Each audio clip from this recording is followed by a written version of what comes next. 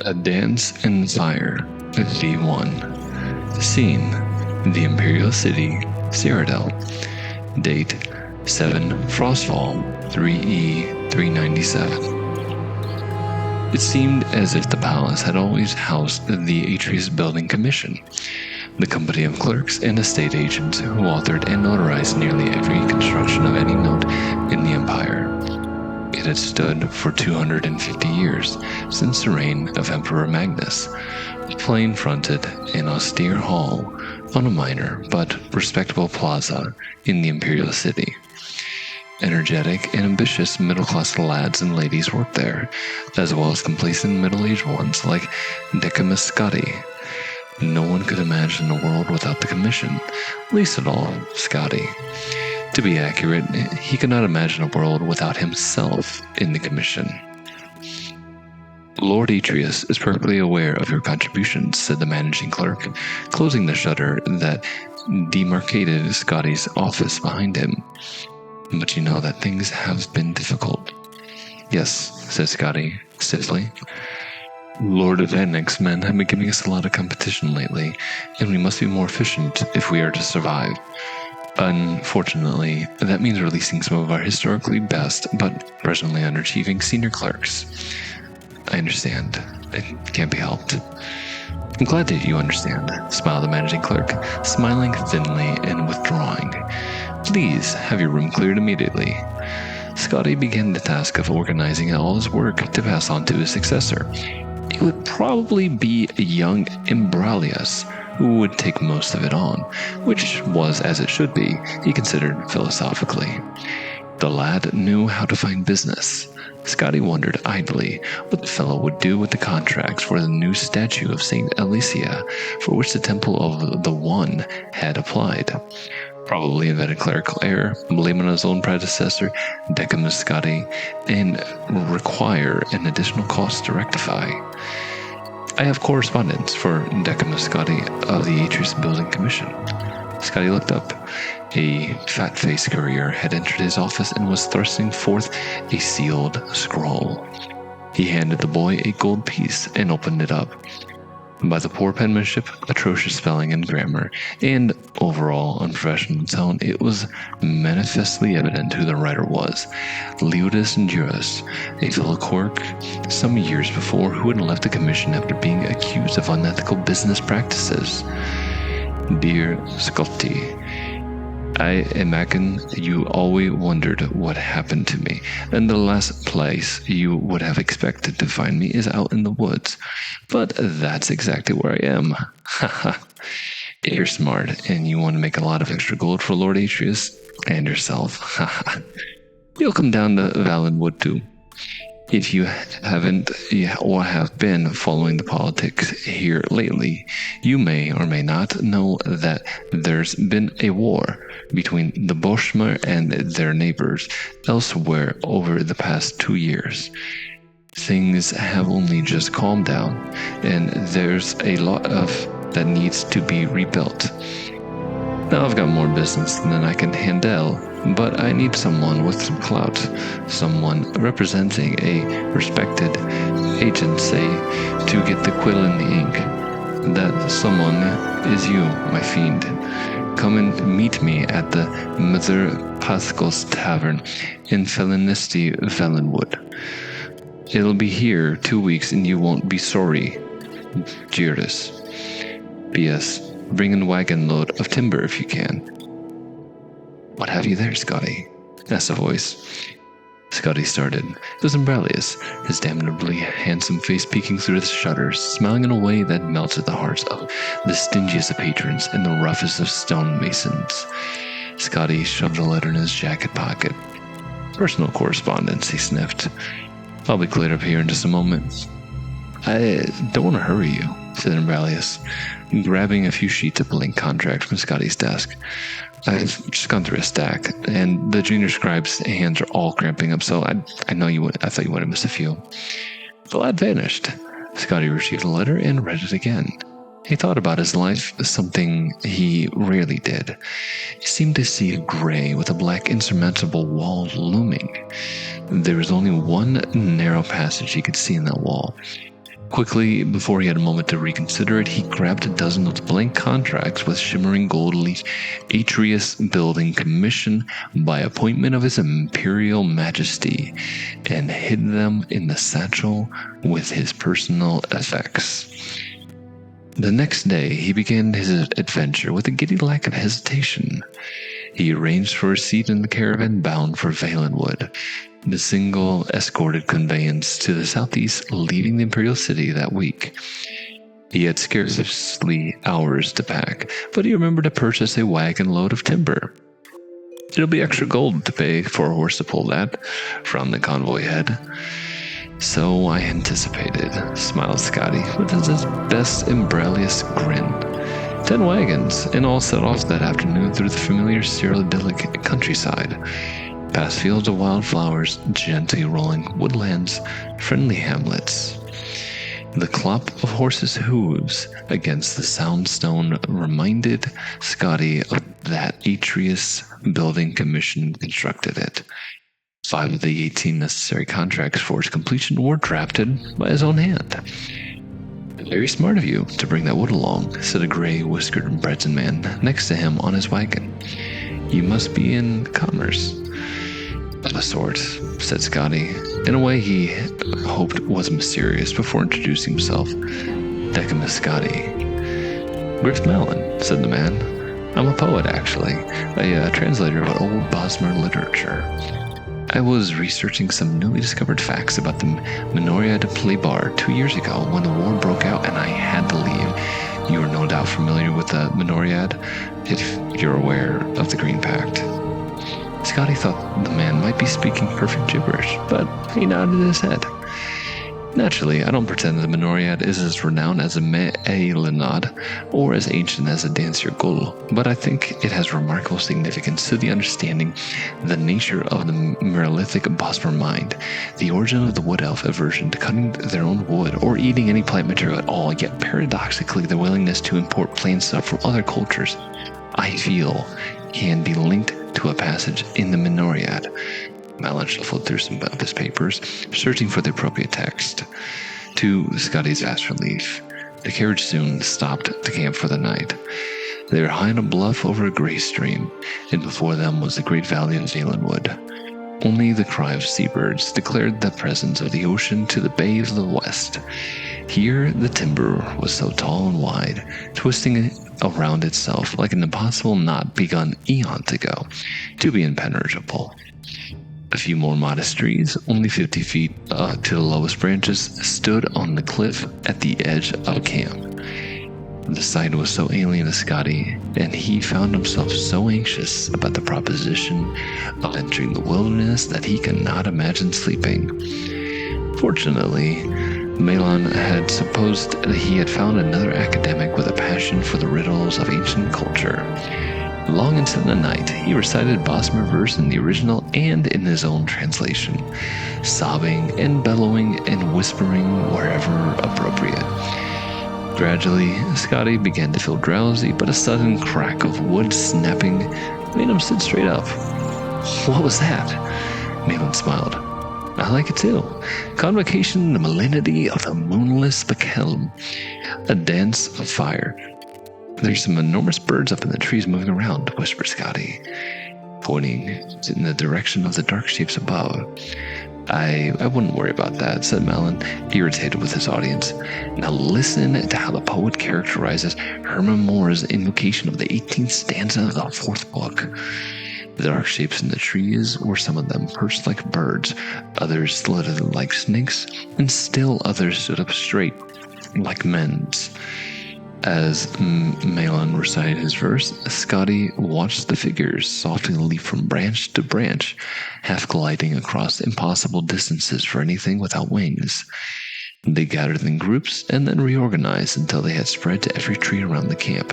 Suddenly, they plummeted from the heights. Mara, cried Scotty, it's falling like rain. Probably seed pods, Malin shrugged, not turning around.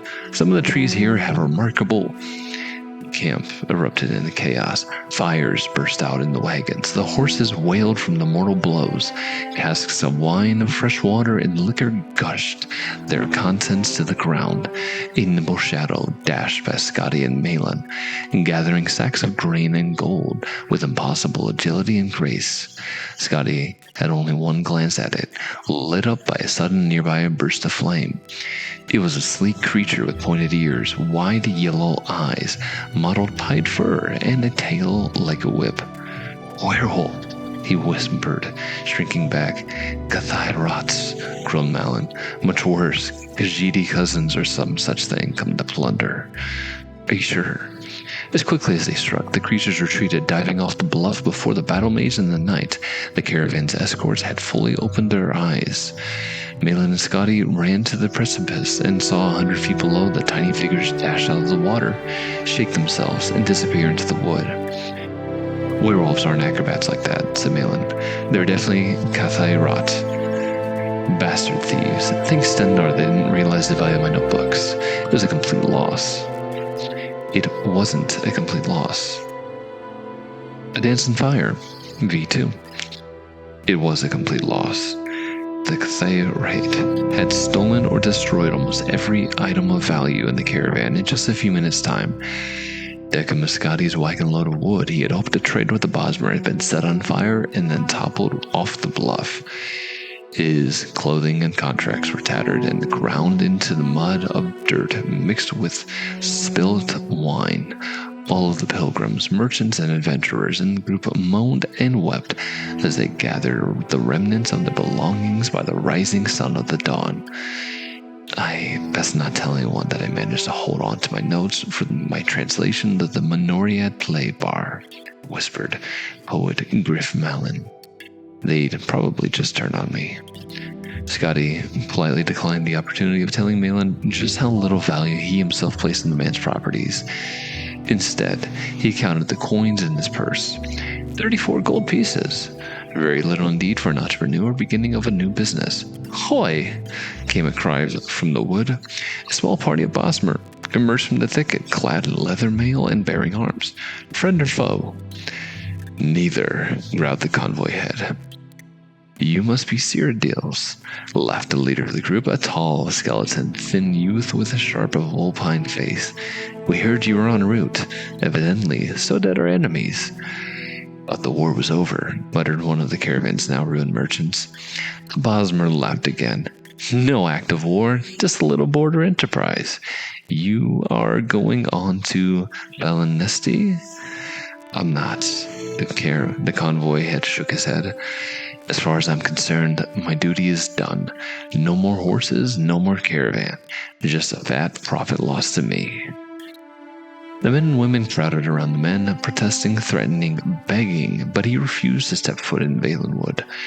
If these were new times of peace, he'd said, he'd rather come back from the next war. Scotty tried a different route and approached the Bosmer.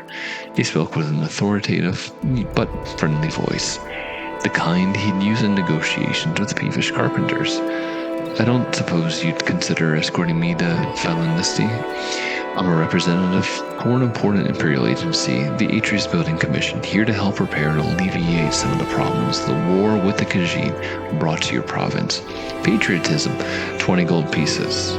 And you must carry your own gear if you have any left," replied the Bosmer. Scotty reflected that negotiations with peevish carpenters rarely went his way either. 6 eager people had enough gold on them for the payment.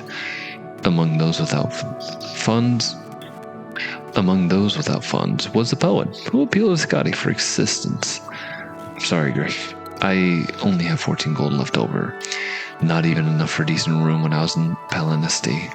I really would help you if I could," said Scotty, persuading himself that it was true. The band of 6 and their Bosmer escorts began the descent down a rocky path along the bluff. Within an hour's time, they were deep in the jungles of Valenwood. A never-ending canopy of hues of browns and greens obscured the sky. A millennia's worth of fallen leaves formed a deep, wormy sea of putrefaction beneath their feet. Several miles were crossed wading through the slime. For several more, they took a labyrinthian path among fallen branches and the low-hanging boughs of giant trees. All the while, hour after hour, the inexhaustible Bosmer host moved so fast, the Cyrodiils struggled to keep from being left behind. A red-faced little merchant with short legs took a bad step on a rotten branch and nearly fell. His fellow provincials had to help him up. The Bosmer paused only a moment, their eyes continually darting to the shadows in the trees above before moving on at their usual expeditious pace.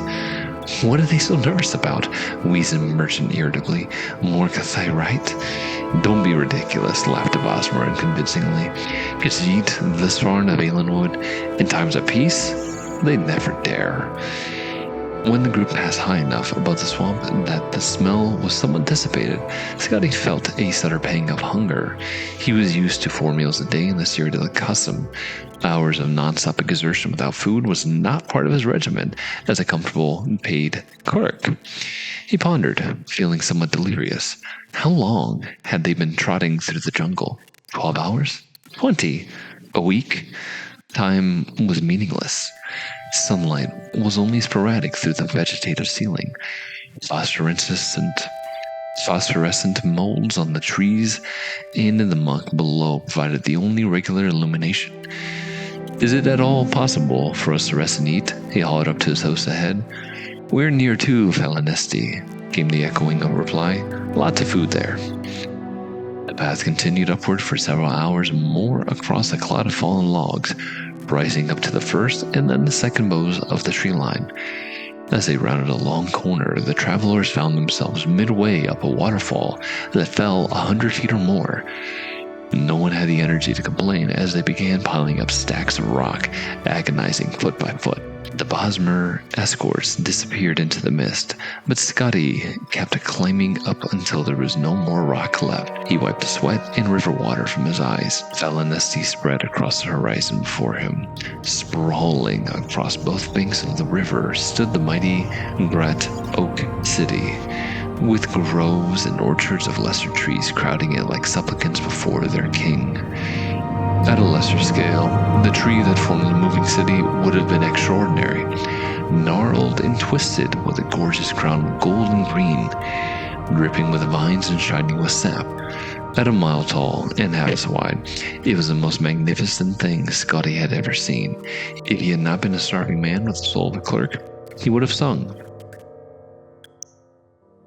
"There you are," said the leader of the escorts. "Not too far for a walk. You should be glad it's wintertide. In summertide, the city's on the far south end of the province." Scotty was lost as to how to proceed. The side of the vertical metropolis where people moved about like ants disoriented all of his sensibilities. "You wouldn't know of an inn called..." He paused for a moment and then pulled Juris's letter from his pocket. "Something like Mother Pasco's Tavern?" "Mother Pasco's?" The lead Bosmer laughed in his familiar contemptuous laugh. "You won't want to stay there. Visitors always prefer the Ayasia Hall in the top and bows. It's expensive, but very nice. I'm meeting someone at Mother Pasco's Tavern. If you made up your mind to go, take a lift to this Havel slump and then ask for directions there. Just don't get lost and fall asleep in the Western Cross." This apparently struck the youth's friends as a very witty jest, and so it was with their laughter echoing behind them that Scotty crossed a writhing root system to the base of Falanesti. The ground was littered with leaves and refuse, and from moment to moment, a glass or a bone would plummet from far above. So he walked with his neck crooked to have warning. An intricate network of platforms anchored to thick vines slipped up and down the slick trunk of the city with perfect grace, manned by operators with arms as thick as oxes' bellies. Scotty approaches the nearest fellow at one of the platforms, who was idly smoking from a glass pipe. "I was wondering if you might take me to Havelslump." The mayor nodded, and within a few minutes' time, Scotty was 200 feet in the air at a crook between two mighty branches. Curled webs of moss stretched unevenly across the fork, forming a sharing roof for several dozen small buildings. There were only a few souls in the alley, but around the bend ahead, he could hear the sound of music and people. Scotty tipped the Falinesti platform ferryman a gold piece and asked for location of Mother Pescal's tavern. "Straight ahead of you, sir, but you won't find anyone there," the ferryman explained, pointing in the direction of the noise. "Morndas, everyone in Hellslump has revelry." Scotty walked carefully along the narrow street. Though the ground felt as solid as the marble avenues of the Imperial City, there were slick cracks in the bark that exposed fatal drops into the river. He took a moment to sit down, to rest, and to get used from the view from the heights. It was a beautiful day for certain, but it took Scotty only a few moments of contemplation to rise up in alarm. A jolly little raft anchored downstream below him and had distinctly moved several inches while he watched it, but it hadn't moved at all. He had. Together with everything around him. It was no metaphor. The city of Falinesti walked, and considering its size, it moved quickly. Scotty rose to his feet and into a cloud of smoke that drifted out from around the bend. It was the most delicious roast he had ever smelled. The clerk forgot his fear and ran. A revelry, as the ferryman had termed it, took place on an enormous platform tied to the tree. Wide enough to be a plaza in any other city.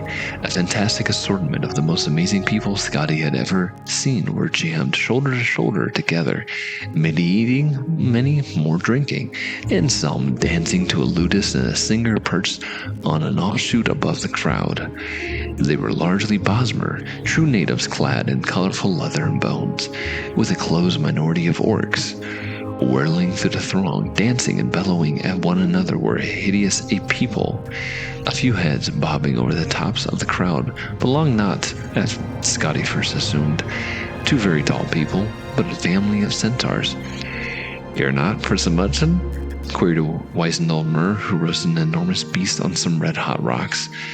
Scotty quickly paid him a gold piece and devoured a leg that he was given, and then another gold piece, and then another leg.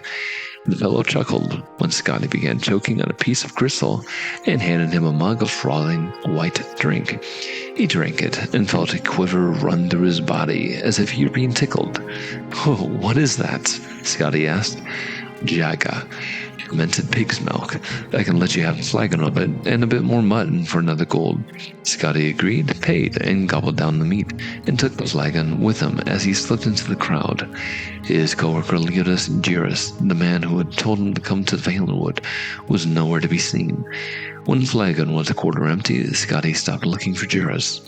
When it was half empty, he was dancing with the group, oblivious to the broken planks and gaps in the fencework.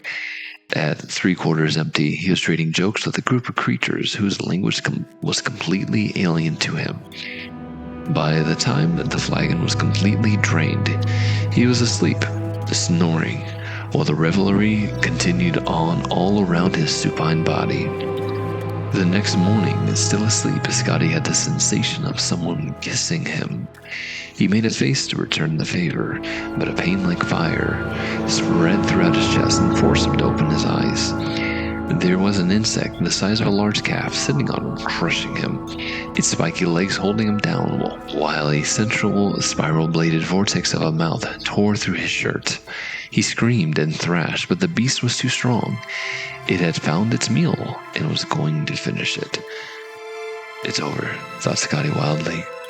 "I should have never left home. I could have stayed in the city and perhaps found work with Lord Vanek. I could have begun again as a junior clerk and worked my way back up." Suddenly, the mouth released itself. The creature shivered once, expelled a burst of yellow bile, and died. "Got one," Scotty voiced, not too distantly. For a moment, Scotty lay still. His head throbbed and his chest burned. Out of the corner of his eye, he saw movement. Another of the horrible monsters was scurried toward him.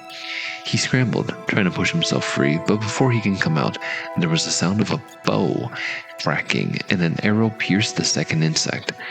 "Good shot," cried another voice. "Get the first one again. I just saw it move a little."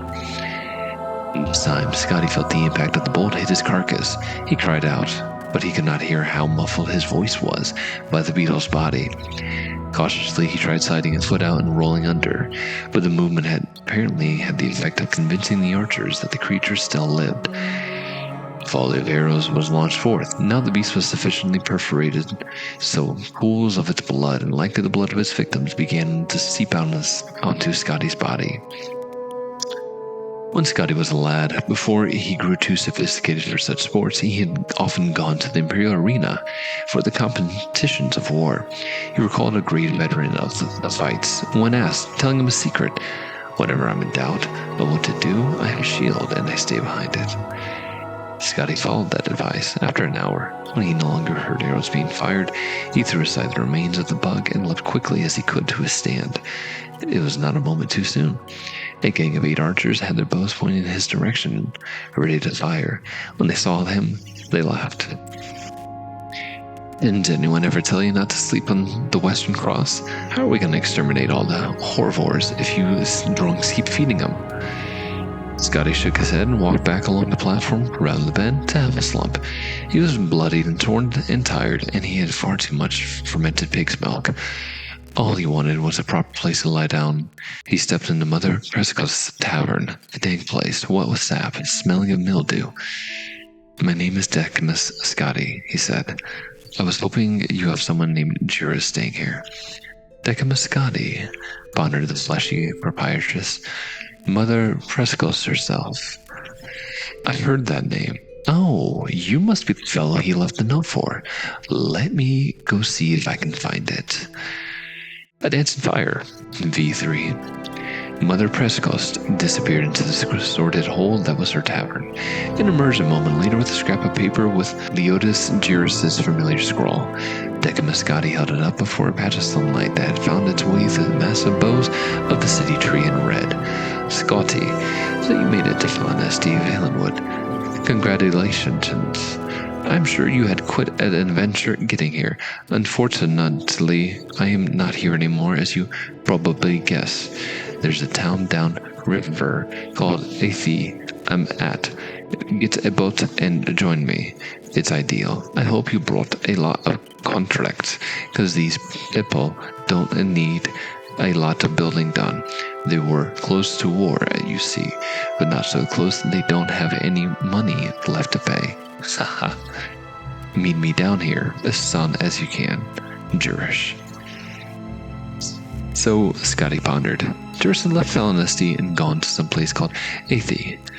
And given his poor penmanship and ghastly spelling, it could equally be Athi, Afi, O3, M3, Burthra, or Rakamaka.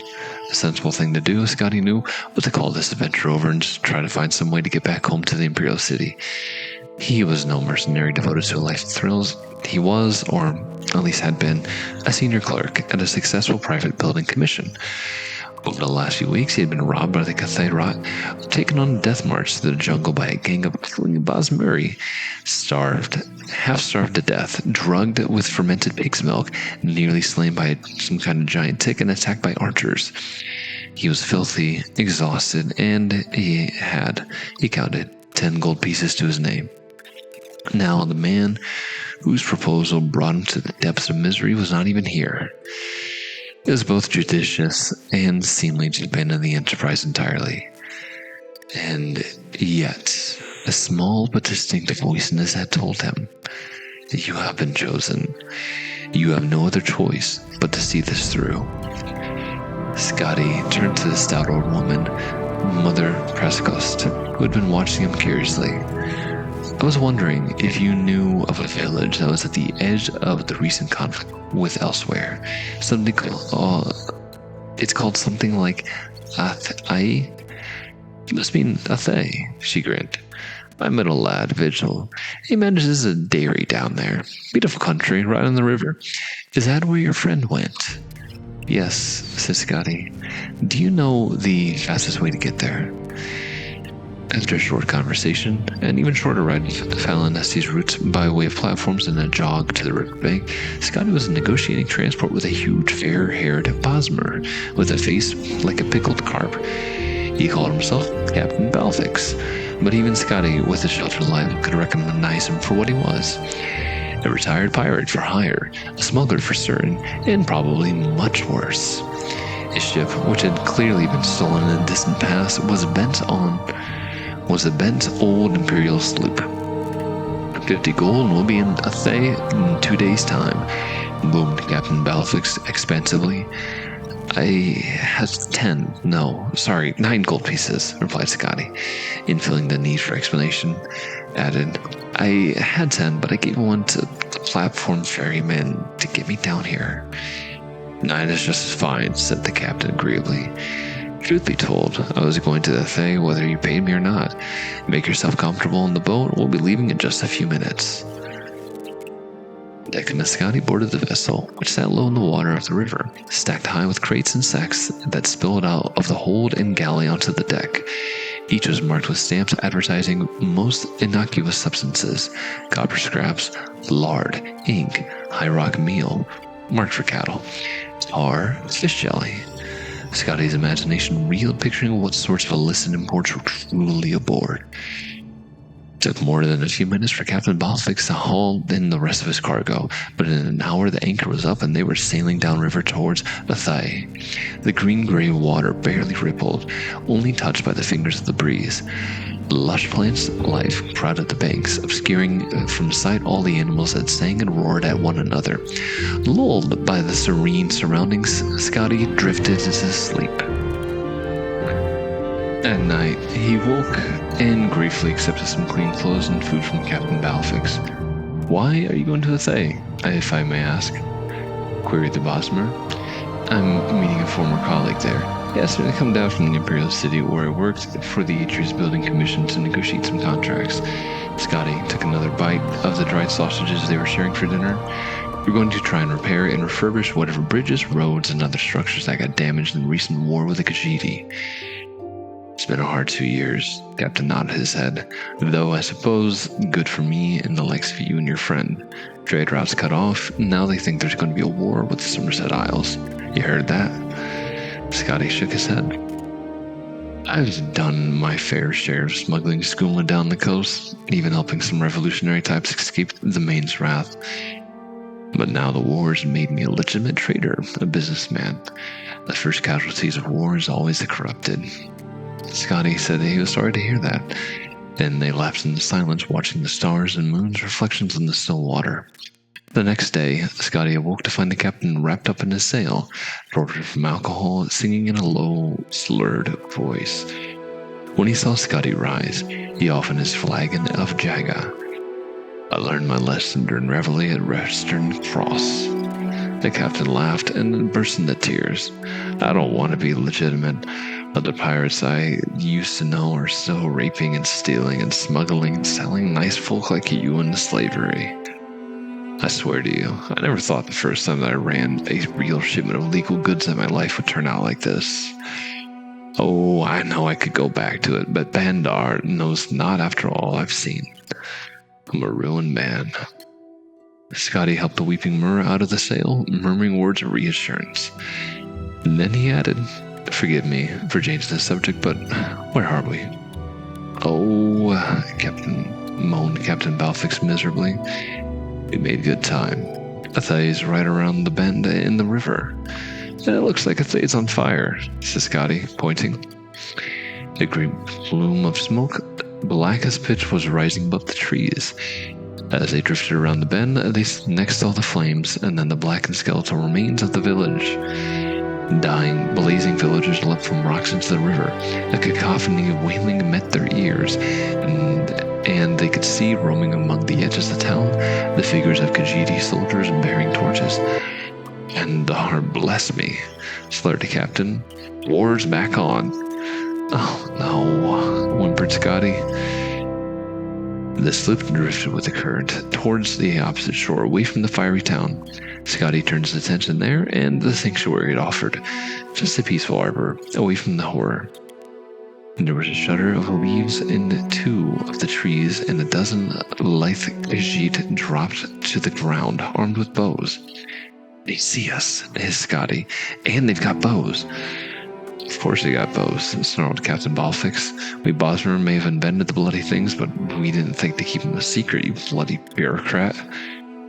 Now they're setting their aerosol on fire. Yeah, they do that sometimes. Captain, they're shooting at us. Shooting at us with flaming arrows. Ah, so they are, Captain agreed. The aim here is to avoid being hit. But hit they were, and very shortly thereafter. Even worse, the second volley of arrows hit the supply of pitch, which ignited in a tremendous blue blaze. Scotty grabbed Captain Balfix and they leapt overboard just before the ship and all its cargo disintegrated. The shock of the cold water brought the Bosmer into some temporary sobriety. He called to Scotty, who was already swimming as fast as he could towards the bend. "Master Decimus, where do you think you're swimming to?" "Back to Falanesti," cried Scotty. "It'll take you days, and by the time you get there, everyone will know about the attack on Athai. They'll never let anyone they don't know in. The closest village is downriver in Granos. Maybe they'll give us shelter." Scotty swam back to the captain, and side by side they began paddling in the middle of the river, past the burning residuum of the village. He thanked Mara that he had learned to swim. Many a Cyrodiil did not, as largely landlocked as the Imperial province was. He himself had been raised in Mercurup or Artemon, and he might have been doomed. Had he been raised in Mercurup or Artemon, he might have been doomed, but the Imperial city itself was encircled by water, and every lad and lass there knew how to cross without a boat, even those who grew up to be clerks and not adventurers. Captain Balfic's sobriety faded as he grew used to the water's temperature. Even in winterside, the Zyla River was fairly temperate and after a fashion, even comfortable. Bosmer's strokes were uneven, and he'd stray closer to Scotty and then further away, pushing ahead and then falling behind. Scotty looked to the shore to his right. Flames had caught the trees like tinder. Behind them was an inferno, with which they were barely keeping pace. To the shore on their left, all looked fair, until he saw it tremble in the river reeds. And then what caused it? A pride of the largest cats he had ever seen. They were auburn hair, green-eyed beasts with jaws and teeth to match his wildest nightmares. And they were watching two swimmers, and keeping pace. "Captain Balfix, we can't go to either that shore or the other one, or we'll be parboiled and eaten," Scotty whispered. "Try to even your kicking and your strokes. Breathe like you would normally. If you're feeling tired, tell me and we'll float on our backs for a while." Anyone who has had the experience of giving rational advice to a drunkard would understand the hopelessness. Scotty kept pace with the captain, slowing himself, quickening, drifting left and right, while the Bosmer moaned old ditties from his pirate days. When he wasn't watching his companion, he watched cats on the shore. After a stretch, he turned to his right, and then the village caught fire. Undoubtedly, it was Greenos. Scotty stared at the blazing fury, awed by the sight of the destruction, and did not hear that the captain had ceased to sing. When he turned back, Captain Balfix was gone. Scotty dove into the murky depths of the river, over and over again. There was nothing to be done. When he surfaced after his final search, he saw that the giant cats had moved on, perhaps assuming that he too had drowned. He continued his lonely swim downriver. A tributary, he noted, had formed a final barrier, keeping the flames from spreading further. But there were no more towns. After several hours, he began to ponder the wisdom of going ashore. Which shore was the question. He was spared the decision. Ahead of him was a rocky island with a bonfire. He did not know if he were intruding on a party of Bosmeri or Khajiiti, only that he could swim no more. With straining, aching muscles, he pulled himself onto the rocks. They were Bosmer refugees, he gathered, even before they told him. Roasting over the fire was the remains of one of the giant cats that had been stalking him through the jungle on the opposite shore. "Cinch, tiger," said one of the young warriors ravenously. "It's no animal. It's as smart as any Cathayrite or Ohms or any other bleeding Khajiiti. Pity this one drowned. I would have gladly killed it. You'll like the meat, though. Sweet, from all the sugar these asses eat." Scotty did not know if he was capable of eating a creature as intelligent as man or Mur, but he surprised himself, as he had done several times over the last days. It was rich, succulent, and sweet, like sugared pork, but no seasonings had been added. He surveyed the crowd as he ate. A sad lot, some still weeping for lost family members. They were survivors of both the villages of Grinos and Nathai, and the war was on every person's lips. Why had the Khajiit attacked again? Why? Specifically directed at Scotty as a Cyrodiil. Why was the Emperor not enforcing peace in his provinces? I was to meet another Cyrodiil, he said to a Bosmer maiden who he understood to be from Athay. His name was Leotis Juris. I don't suppose you know what might have happened to him? I don't know your friend, but there were many Cyrodiils in Athay when the fire came, said the girl. Some of them, I think, left quickly. They were going to Vindisi inland in the jungle. I'm going there tomorrow, so are many of us. If you wish, you may come as well. Decimus Scotty nodded solemnly. He made himself as comfortable as he could in the stony ground of the river island, and somehow, after much effort, he fell asleep. But he did not sleep well. A Dance in Fire, V4. 18 Bosmeri and one Cyrodiilic former senior clerk for an Imperial Building Commission trudged through the jungle, westward from the Xylem River to the ancient village of Vindisi. For Decimus Scotty, the jungle was hostile, unfamiliar ground. The enormous vermiculated trees filled the bright morning with darkness, and resembled nothing so much as grasping claws, bent on impeding their progress. Even the fronds of the low plants quivered with malevolent energy. What was worse, he was not alone in his anxiety. His fellow travelers, the natives who had survived the Khajiit attacks in the village of Grinos and Athay, wore faces of an undisguised fear. There was something sentient in the jungle, and not merely the mad but benevolent indigenous spirits. In his peripheral vision, Scotty could see the shadows of the Khajiit following the refugees, leaping from tree to tree. When he turned to face them, the lithe forms vanished into the gloom as if they had never been there. But he knew he had seen them, and the Bosmeri saw them too, and quickened their pace. After 18 hours, bitten by raw insects, scratched by 1,000 thorns, they emerged into a valley clearing. It was night, but a row of blazing torches greeted them, illuminating the leather-wrought tents and jumbled stones of the hamlet and in Vindisi. At the end of the valley, the torches marked a sacred site. A gnarled bower of trees pressed close together to form a temple. Wordlessly, the Bosmeri walked the torch arcade towards the trees. Scotty followed them.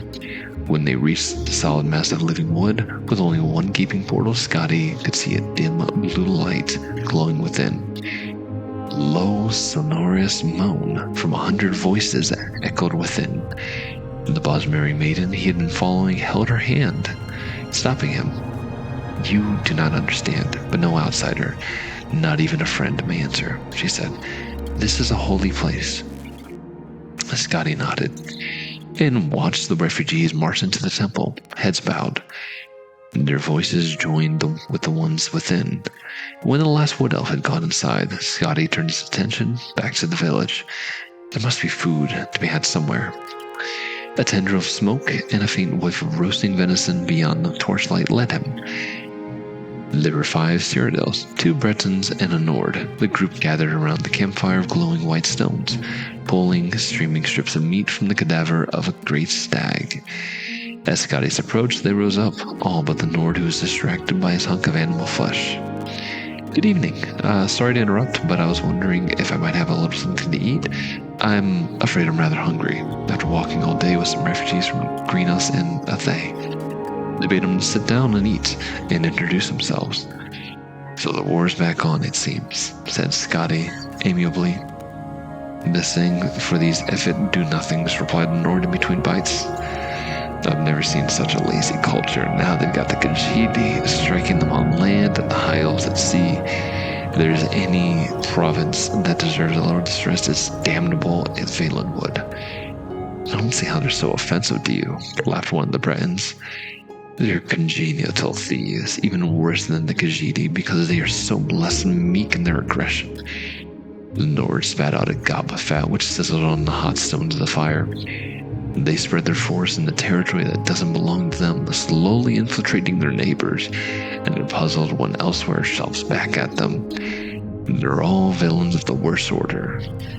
What are you doing here? Asked Scotty. I'm a diplomat from the court of Gehenna, muttered the Nord, returning to his food. What about you? What are you doing here? Asked one of the Cyrodiils. I work for Lord Atreus' building commission in the Imperial City. One of my former colleagues suggested I come to Valenwood. He said the war was over and I could contract a great deal of my business for my firm at rebuilding what was lost. One disaster after another, and I've lost all my money. I'm in the middle of rekindling a war, and I cannot find my former colleague. Your former colleague, murmured another of the Cyrodiils, who had introduced himself as Regilius. He wasn't by any chance named Leotus Juris, was he? You know him? He lured me down the Valenwood in nearly the exact same circumstances, smiled Regilius grimly. I worked for your employer's competitor, Lord Vannick's men, where Leotus Juris also formerly worked. He wrote to me asking that I represent an Imperial Building Commission and contract some post-war construction. I had just been released from my employment, and I thought that if I brought some new business, I could have my job back. Juris and I met in Nathay, and he said he was going to arrange a very lucrative meeting with Sylvanar. Scotty was stunned. Where is he now? I'm no theologian, so I couldn't say. He's dead. When the Khajiit attacked Nathay, they began by torching the harbor where Juris was readying his boat. Or, as I should say, my boat, since it was purchased with the gold I brought. By the time we were even aware of what was happening and enough to flee, everything by the water was ash. The Khajiit may be animals, but they know how to arrange an attack. I think they followed us through the jungle to Vindisi, said Scotty nervously. There was definitely a group of something jumping along the treetops. Probably one of the monkey folk, snorted the Nord. Nothing to be concerned about. When we first came to Vindisi and all the Bosmeri entered that tree, they were furious, whispering something about unleashing an ancient terror on their enemies. Bran shivered, remembering. They've been there ever since for over a day and a half now. If you want something to be afraid of, that's the direction to look. The other Breton, who was a representative of the Daggerfall's Mage Guild, was staring off into the darkness while his fellow provincial spoke. Maybe. But there's something in that jungle too, right on the edge of the village, looking in. More refugees, maybe? Asked Scotty, trying to keep the alarm out of his voice. Not unless they're traveling through the trees now, whispered the wizard. The Nord and one of the Cyrodiils grabbed a long tarp of wet leather and pulled it across the fire, instantly extinguishing it without so much as a sizzle. Now, Scotty could see the intruders, their elliptical yellow eyes and long cruel blades catching the torchlight. He froze with fear, praying that he too was not so visible to them. He felt something bump against his back and gasped. Regilius' voice hissed from up above. Be quiet, for Mara's sake, and climb up here. Scotty grabbed hold of the double-knotted vine that hung down from a tall tree at the edge of the dead campfire. He scrambled up it as quickly as he could, holding his breath lest any grunt of exertion escape him. At the top of the vine, high above the village, was an abandoned nest from some great bird in a trident-shaped branch. As soon as Scotty had pulled him up into the soft, fragrant straw, Regilius pulled up the vine. No one else was there, and when Scotty looked down, he could see no one below. No one, that is, except the Khajiit, slowly moving toward the glow of the temple tree. Thank you, whispered Scotty, deeply touched that a competitor had helped him. He turned away from the village and saw that the tree's upper branches brushed against the mossy rock walls that surrounded the valley below. How are you at climbing? You're mad, said Regilius under his breath. We should stay here until we leave. If they burn Vindisi like they did at Thane Greenos, we'll be dead sure as if we were on the ground, Scotty said. Scotty began a slow, careful climb up the tree, testing each branch. Can you see what they're doing? I can't really tell. Regilius stared into the gloom. There, at the front of the temple, I think they also have... It looks like long ropes trailing off behind them, off into the past. Scotty crawled onto the strongest branch that pointed toward the wet, rocky face of the cliff. It was not a far jump at all. So close, in fact, that he could smell the moisture and feel the coolness of the stone. But it was a jump nevertheless, and his history as clerk. He had never before leapt from a tree 100 feet off the ground to a sheer rock. He had pictured in his mind's eye the shadows that had pursued him through the jungle from the heights above, how their legs coiled to spring, how their arms snapped forward in an elegant, fluid motion to grasp. He leapt. His hands grappled for rock, but long, thick cords of moss were more accessible. He held hard, but when he tried to plant his feet forward, they slipped up skyward. For a few moments, he found himself upside down before he managed to pull himself into a more conventional position.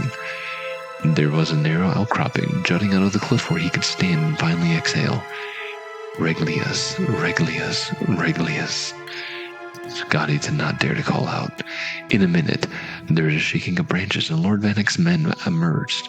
First his satchel, then his head, and then the rest of him. Scotty started to whisper something, but Regulus shook his head violently and pointed downward.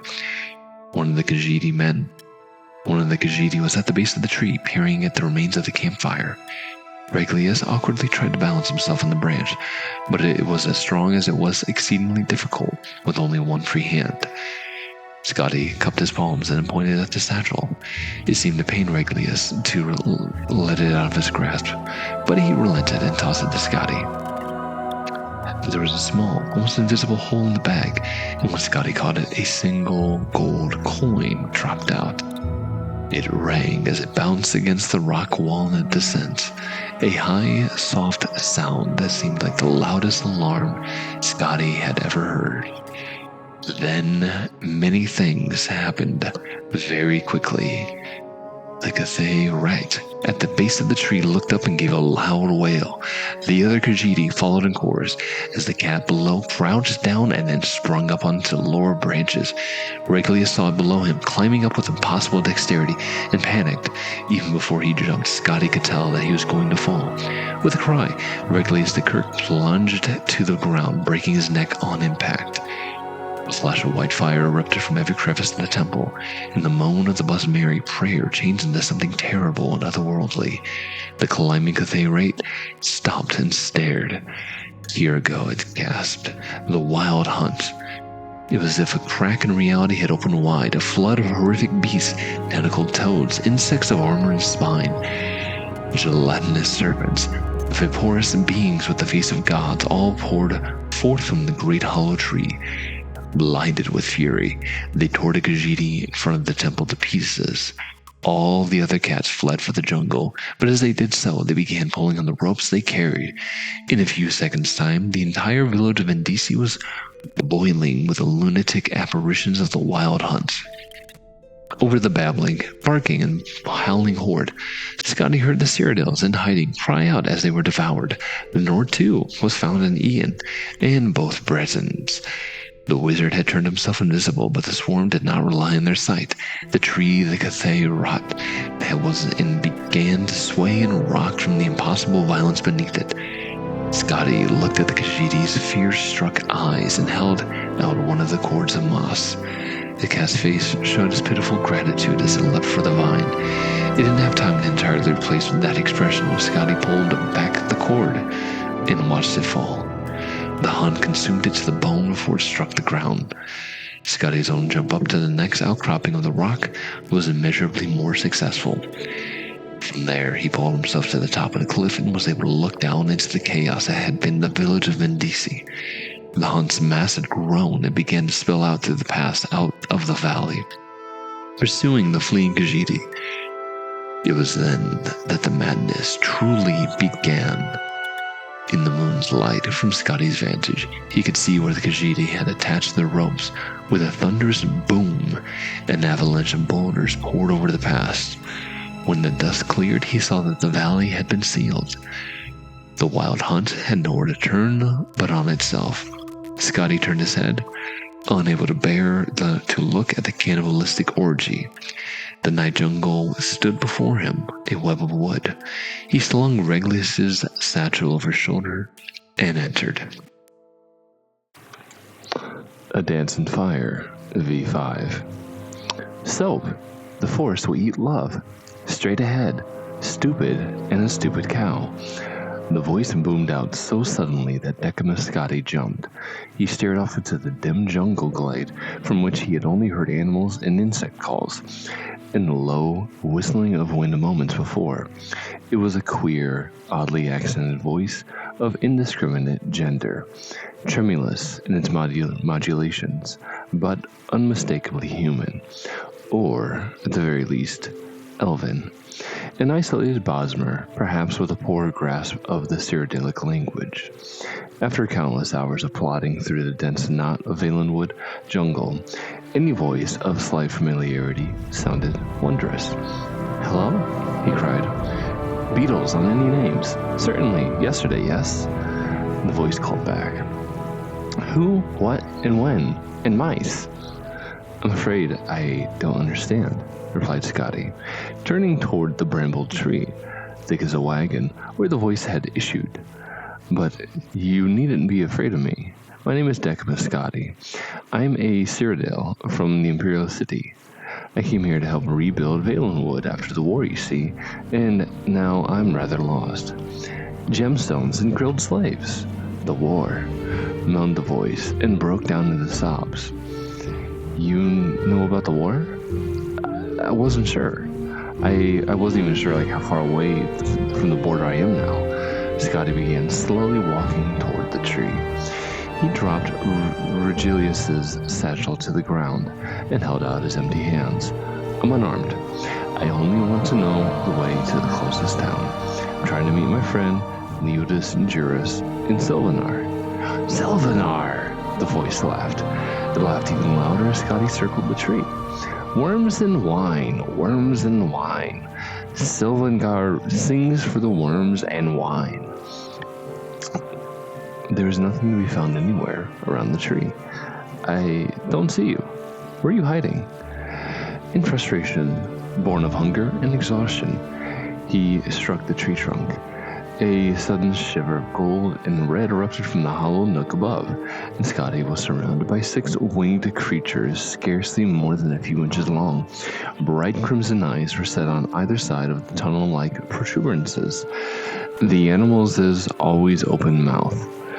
They were legless, and their thin, rapidly beating R8 wings seemed poorly constructed to transport their fat, swollen bellies, and yet they darted through the air like sparks from a fire, whirling about the poor clerk, and they began chattering what he now understood to be perfect nonsense. "Wines and worm, how far from the border am I? Academic garnishments, and alas, Leodis Juris. Hello, I'm afraid. I'm unarmed. Smoke and flames, and the closest town is dear Oblivion. Swollen on bad meat, an indigo nimbus. But you needn't be afraid of me. Why are you hiding? Why are you hiding? Before I begin to friend, love me, Lady Zulikia." Furious with the mimics, Scotty swung his arms, driving them up into the treetops. He stomped back to the clearing and opened the satchel again, as he had done some hours before. There was still, unsurprisingly, nothing useful in the bag, and nothing to eat in any corner or pocket. A goodly amount of gold, he smiled grimly, as he had done before, at the irony of being financially solvent in the jungle. A stack of neat blank contracts from Lord Vanix's building commission, some thin cord, and an oiled leather cloak for bad weather. At least Scotty considered he had not suffered rain. A rolling moan of thunder reminded Scotty of what he had suspected for some weeks now. He was cursed. Within an hour's time, he was wearing the cloak and clawing his way through mud. The trees, which had earlier allowed no sunlight in, provided no shelter against the pounding storm and wind. The only sounds that pierced the pelting of the rain were the mocking calls of the flying creatures, flitting just above and babbling their nonsense. Scotty bellowed at them through rocks, but they seemed enamored of his company. While he was reaching to grab a promising-looking stone to hurl at his tormentors, Scotty felt something shift beneath his feet. Wet, but solid ground. Suddenly liquefied and became a rolling tide, rushing him forward. Light as a leaf, he flew over feet overhead, until the mud flow dropped and he continued forward, plunging down into a river 25 feet below. The storm passed quite as instantly as it arrived. The sun melted, and the dark clouds warmed Scotty as he had swam toward the shore. There, another sign of the Khajiit incursion into Valenwood greeted him. A small fishing village had stood there once, so recently extinct that it smoldered like a still warm corpse. Dirt cairns that had once housed fish by the smell of them had been ravaged, their bounty turned to ash. Rafts and skiffs lay broken, scuttled, half submerged. All of the villagers were no more either dead or refugees far away. Or, so he presumed. Something banged against the wall of one of the ruins.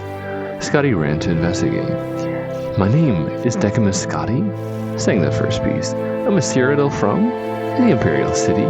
I came here to help rebuild Vale in the Wood after the war, you see, and now I'm rather lost."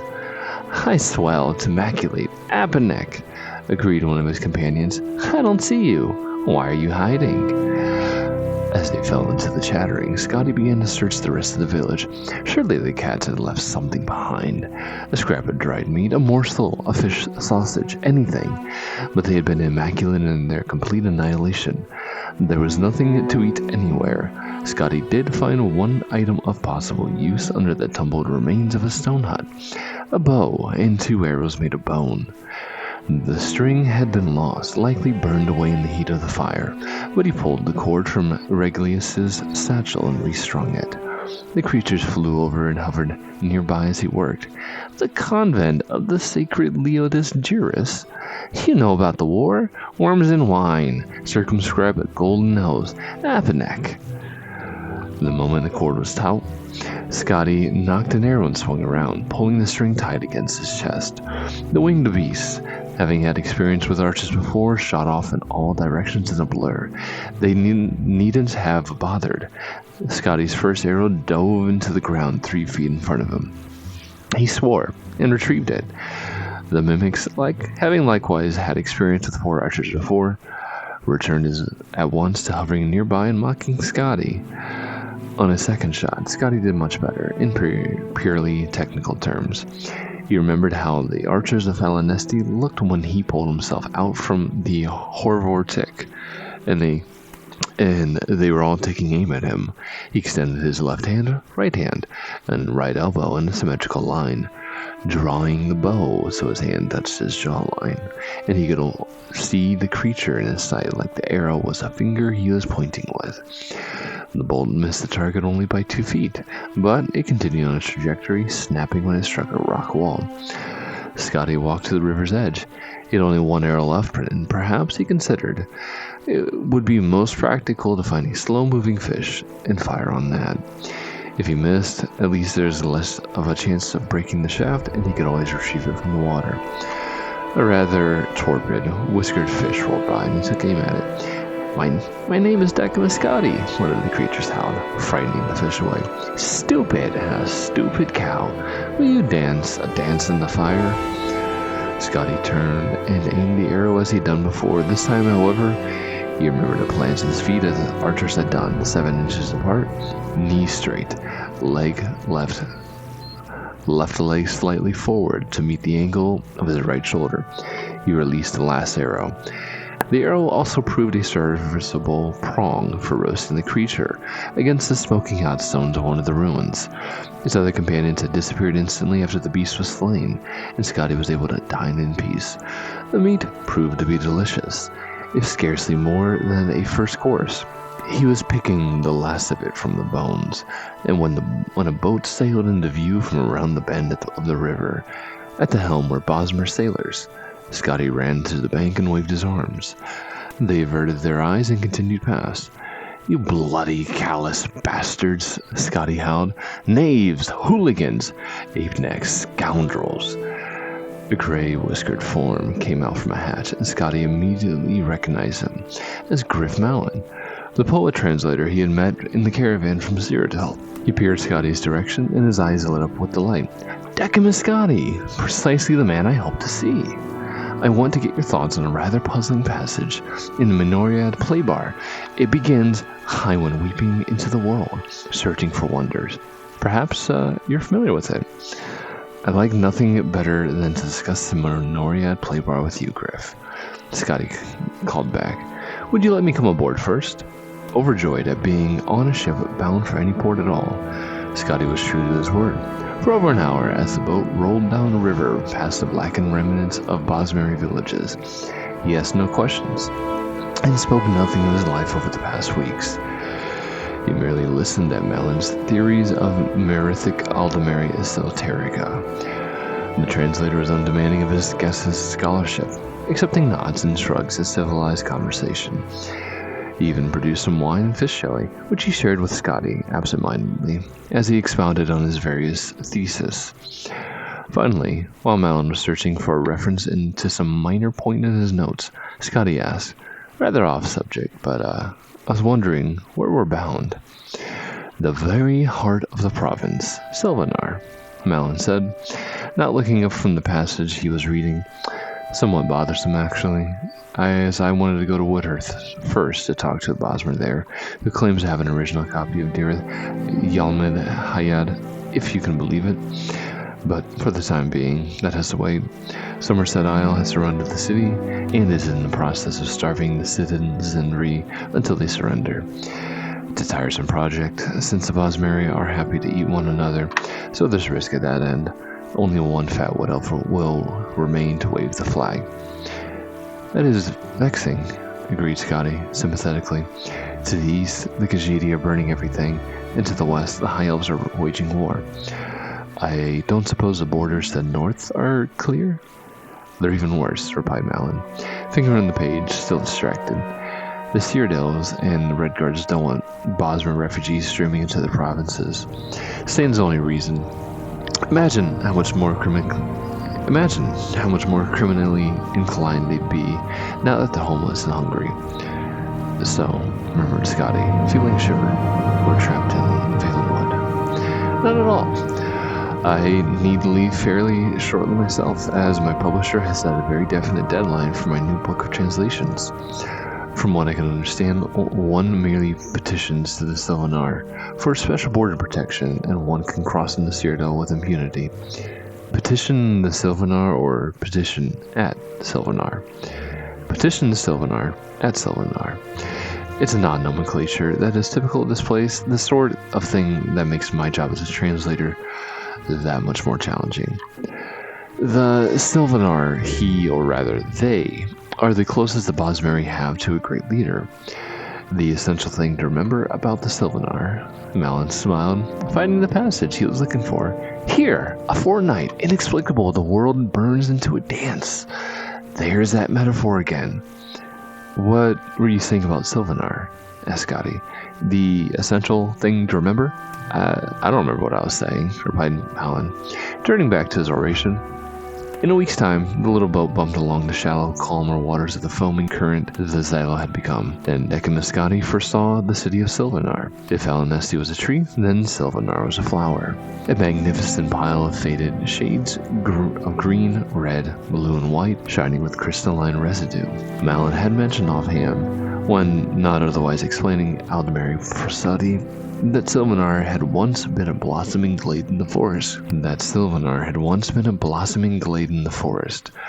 But owing to some spell or natural cause, the tree's sap began flowing with translucent liquor. The process of the sap flowing and hardening over to the colorful trees had formed into the web of the city. Malin's description was intriguing, but it hardly prepared him for the city's beauty. What is finest, most luxurious tavern here? Scotty asked one of the Bosmer boatmen. Prithala Hall, Malin answered, but why don't you stay with me? I'm visiting an acquaintance of mine, a scholar I think you will find fascinating.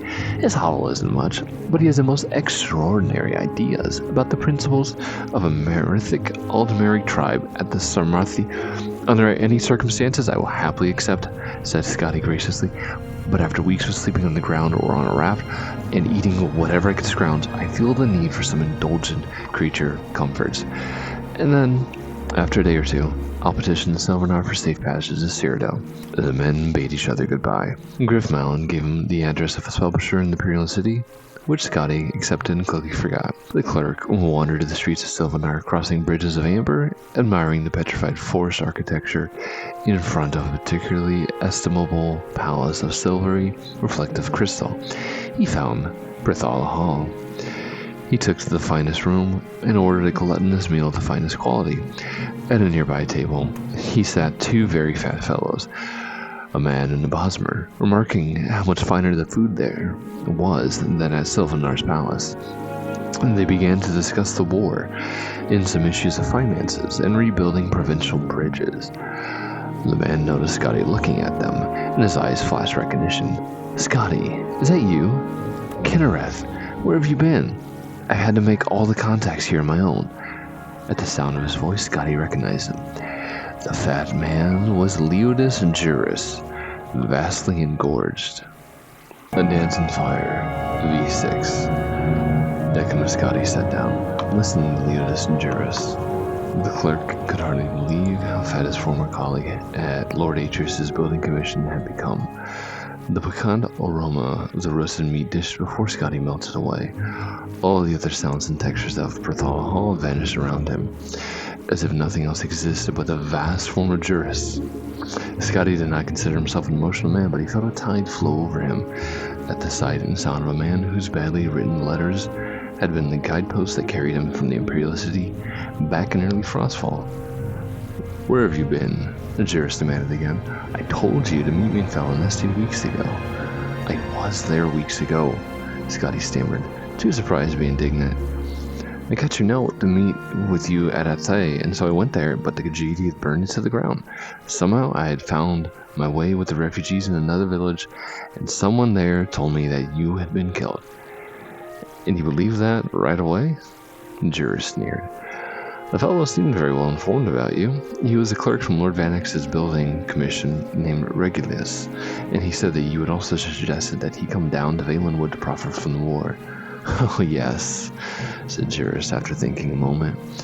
"I recall that name now.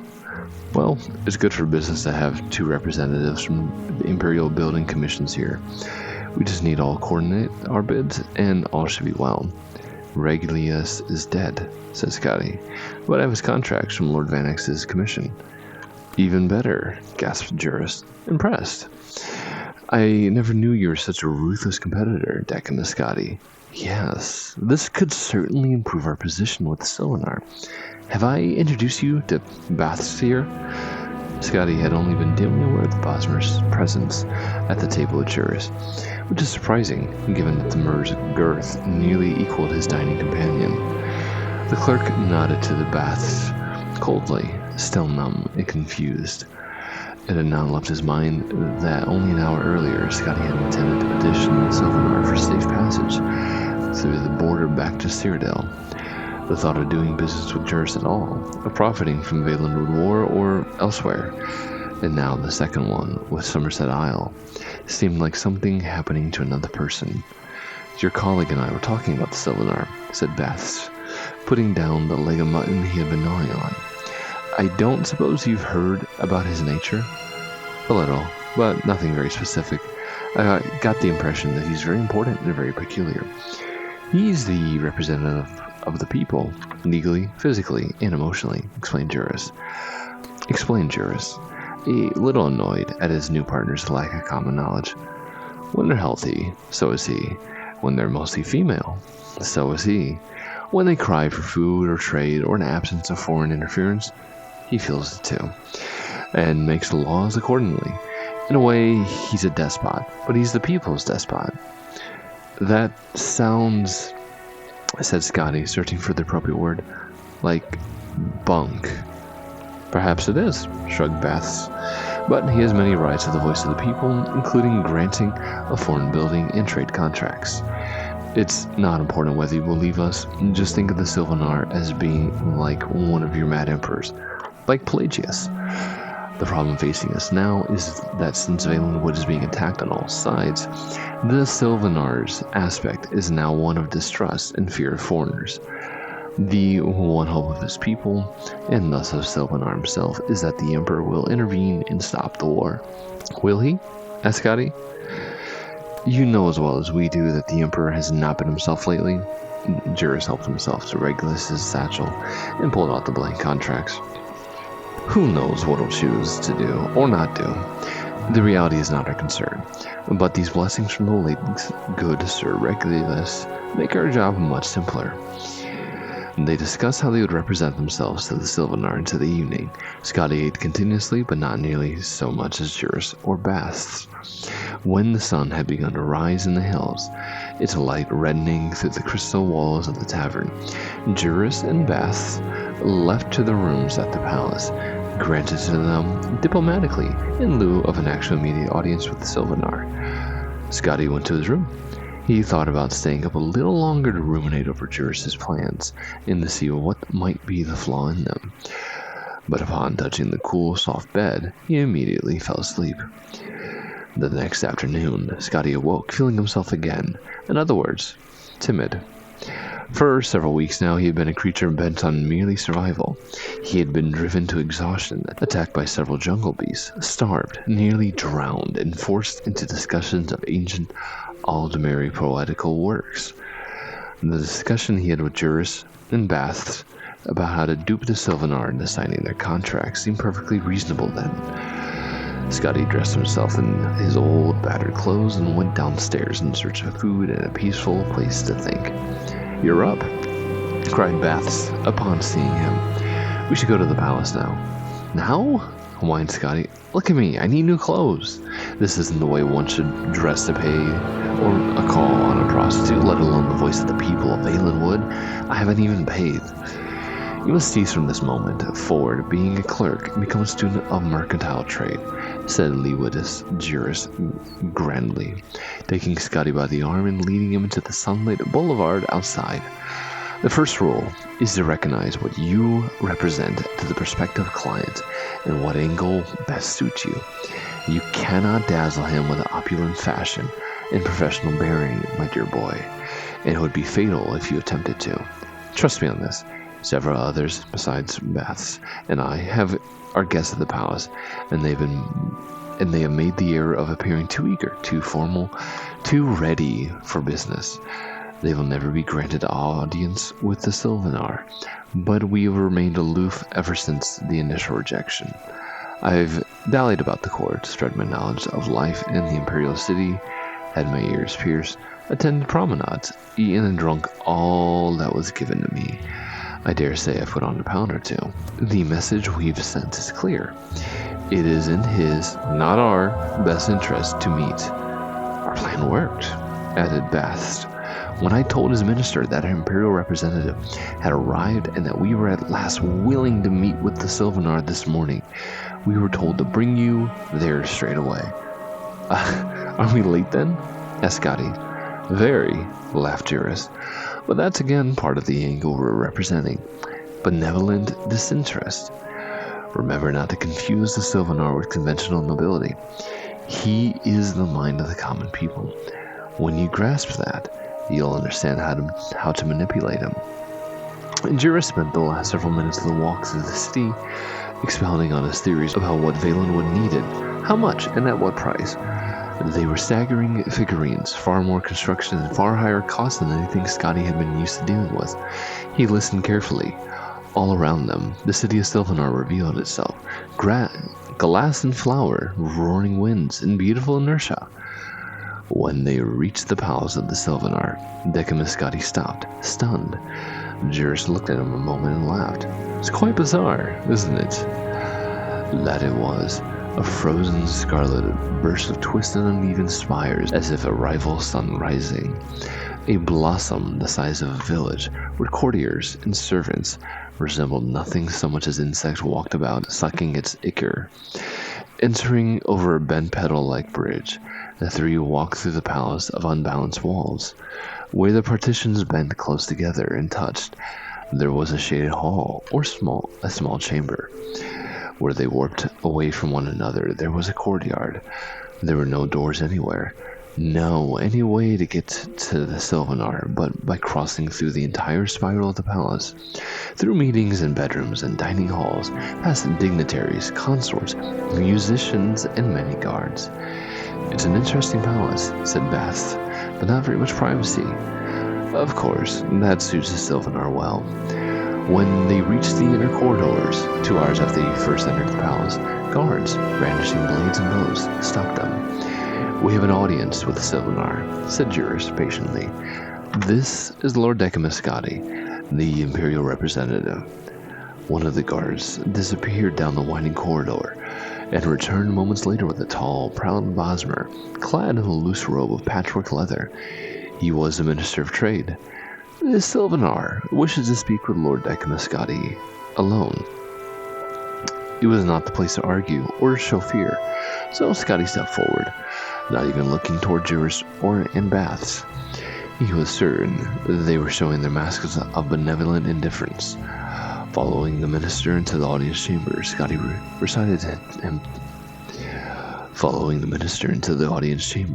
Scotty recited to himself all the facts and figures jurors had presented to him. He willed himself to remember the angle and the image he must project. The audience chamber of the Sylvanar was an enormous dome where the walls bent from bowl-shaped at the base inward to almost meet at the top. A thin ray of sunlight streamed through the fissure hundreds of feet above, and directly upon the Sylvanar, who stood upon a puff of shimmering gray powder. For all the wonder of the city and the palace, the Sylvanar himself looked perfectly ordinary. An average, blandly handsome, slightly tired-looking, extraordinary wood elf of the type one might see in any capital city in the Empire. It was only when he stepped from the dais that Scotty noticed an eccentricity in his appearance. He was very short. "I had to speak with you alone," said the Sylvanar, in a voice common and unrefined. "May I see your papers?" Scotty handed him the blank contracts of Lord Van X's building commission. The Sylvanar studied them, running his finger over the embossed seal of the Emperor before handing them back. He suddenly seemed shy, looking at the floor. "There are many charlatans at my court who wish to benefit from the wars. I thought you and your colleagues were among them, but those contracts are genuine." "Yes, they are," said Scotty calmly. The Sylvanar's conventional aspect made it easy for Scotty to speak, with no formal greetings, no deference, exactly as jurors had instructed. It seems most sensible to begin straight away talking about the roads which need to be rebuilt, and the harbors that the Alsmeri have destroyed, and then I can give you my estimates on the cost of resupplying and renovating trade routes. Why hasn't the Emperor seen fit to send a representative when the war with Elsewhere began 2 years ago?" asked the Sylvanar glumly. Scotty thought a moment before replying of all the common Bosmer he had met in Valenwood.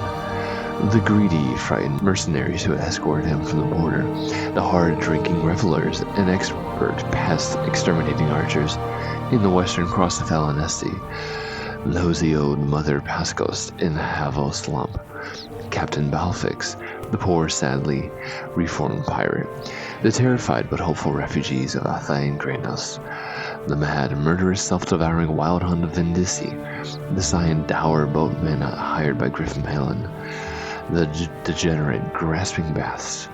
If one creature represented their total disposition, and that of many more throughout the province, what would be his personality? Scotty was a clerk by occupation and nature, instinctively comfortable cataloging and filing, making things fit into the system.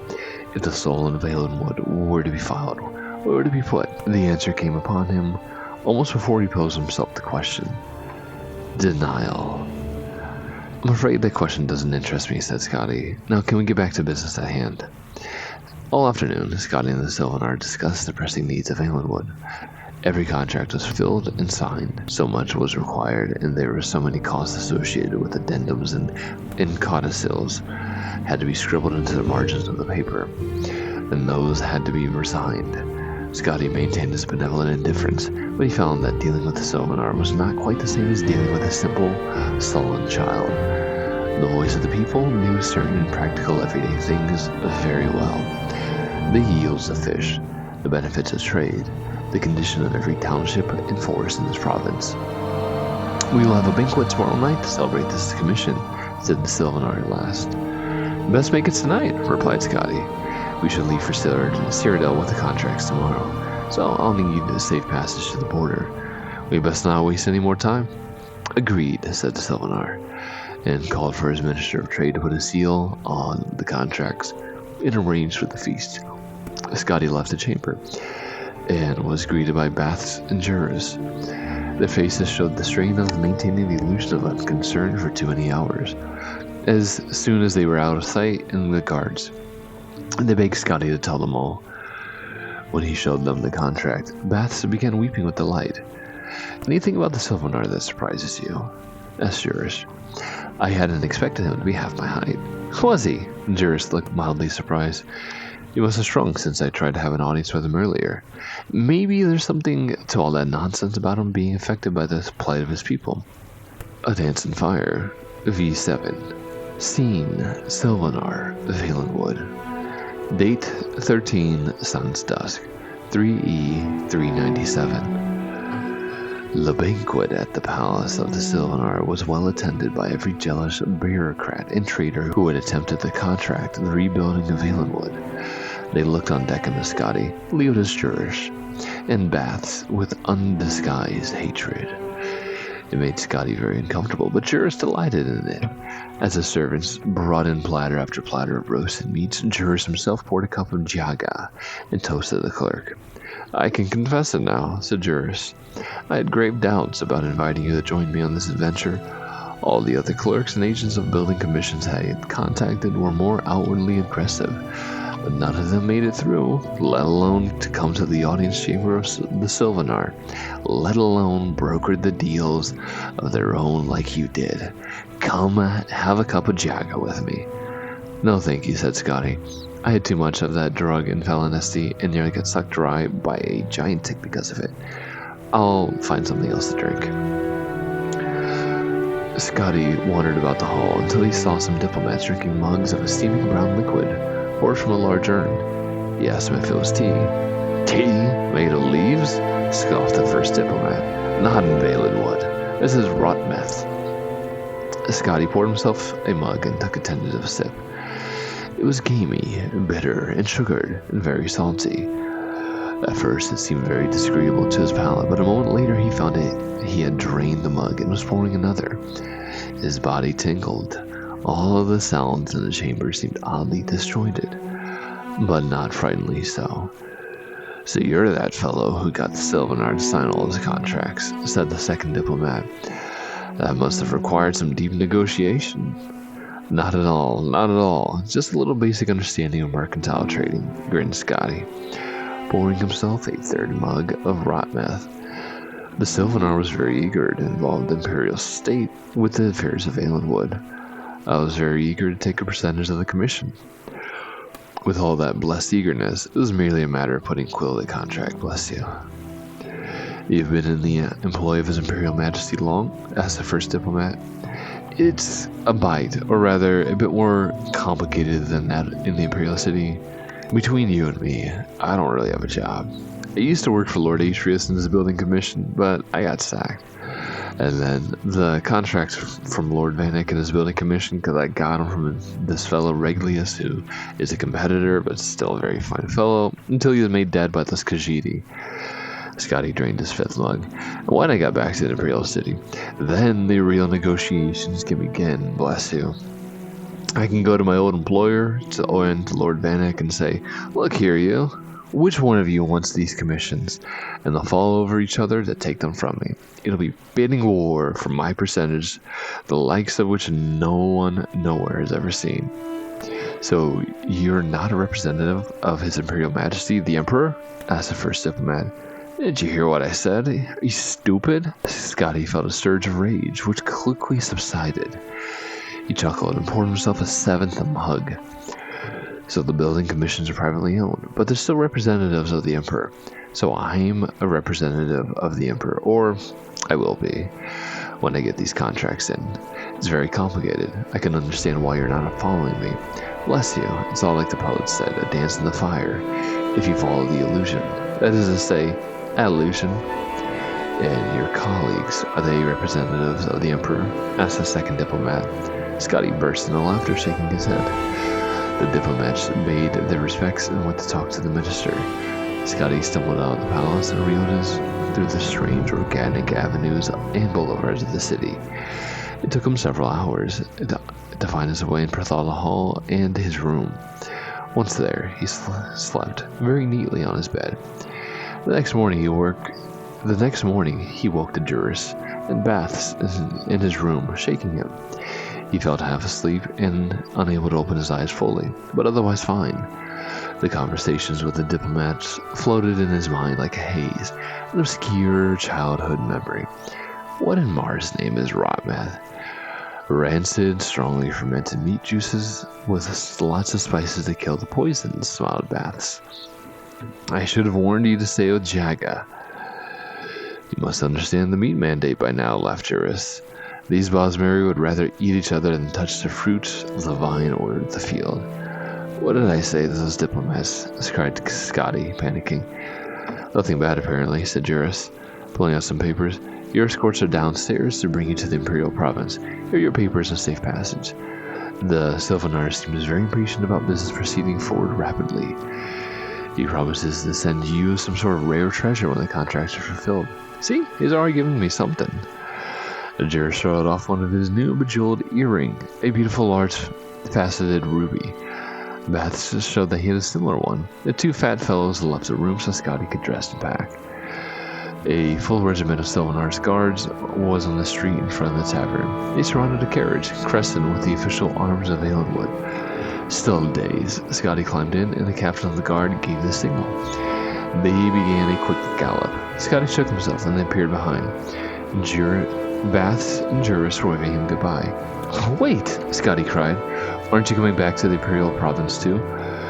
The Sylvanar asked that we stay behind as Imperial representatives, yelled Legatus Juris, in case there's a need for more contracts and negotiations. He's appointed us Undrape, some sort of special honor for foreigners at the court. Don't worry, lots of banquets to attend. You can handle the negotiations with Vanek and Atreus yourself, and we'll keep things settled here. Juris continued to yell advice about business, but his voice became indistinct with distance. Soon it disappeared altogether as the convoy rounded the streets of Sylvanar. The jungle loomed suddenly, and they were in it. Scotty had only gone through it by foot or along the rivers by slow-moving boats. Now it flashed all around him in profusions of greens. The horses seemed even faster moving through the underbrush than on the smooth paths of the city. None of the weird sounds or dank smells of the jungle penetrated the escort. It felt to Scotty as if they were watching a play about a jungle with a background of quickly moving scrim, which offered only the merest suggestions of the place. So it went for 2 weeks.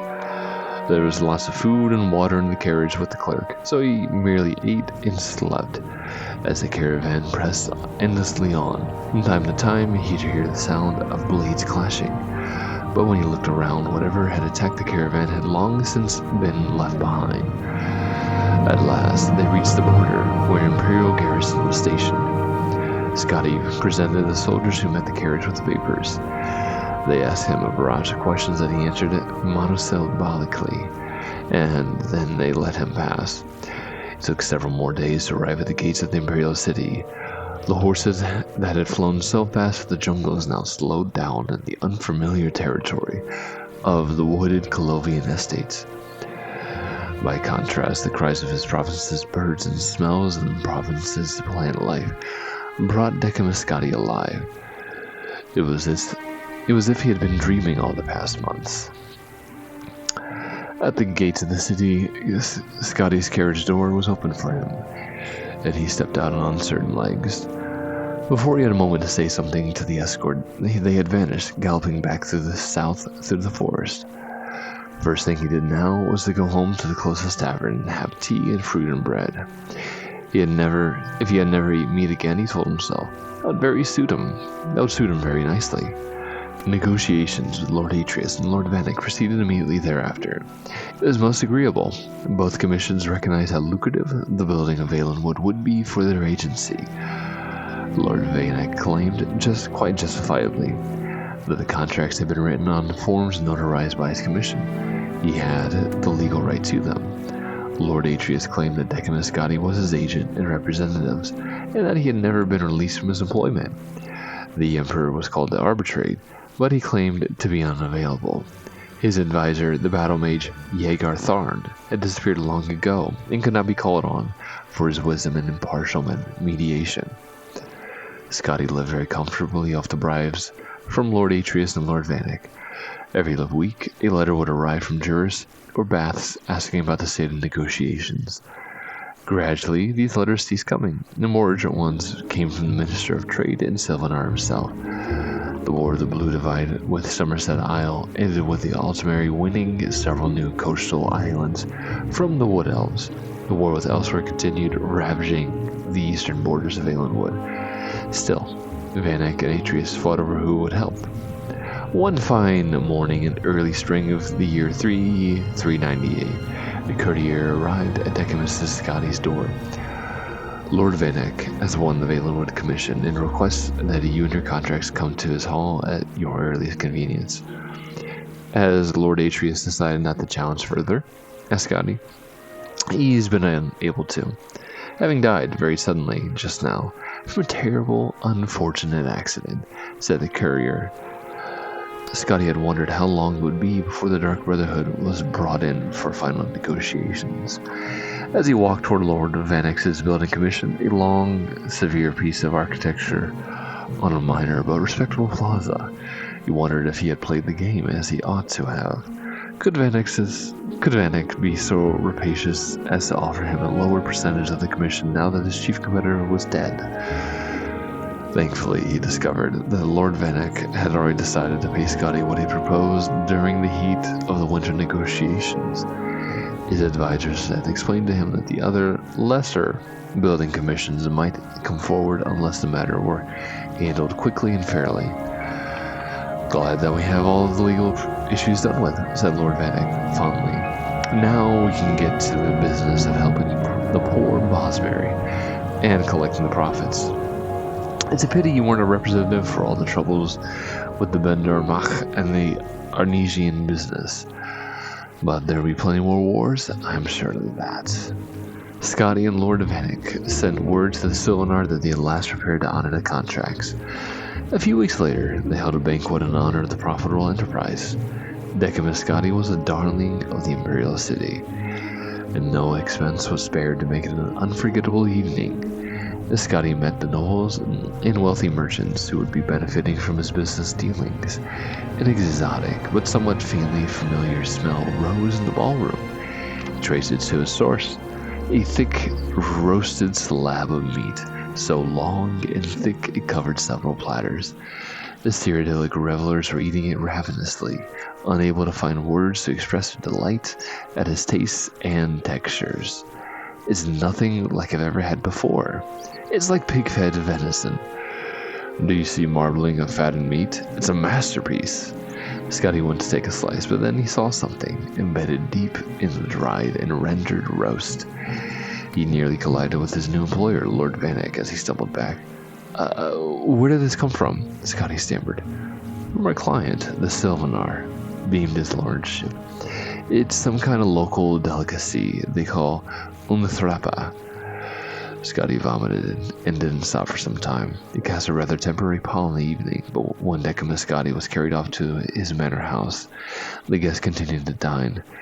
The Unthrapa was the delight of all, even more so when Lord Vanek himself took a slice and found the first 2 rubies buried within. How clever of the Bosmer to invent such a dish, the Cyrodiils agreed.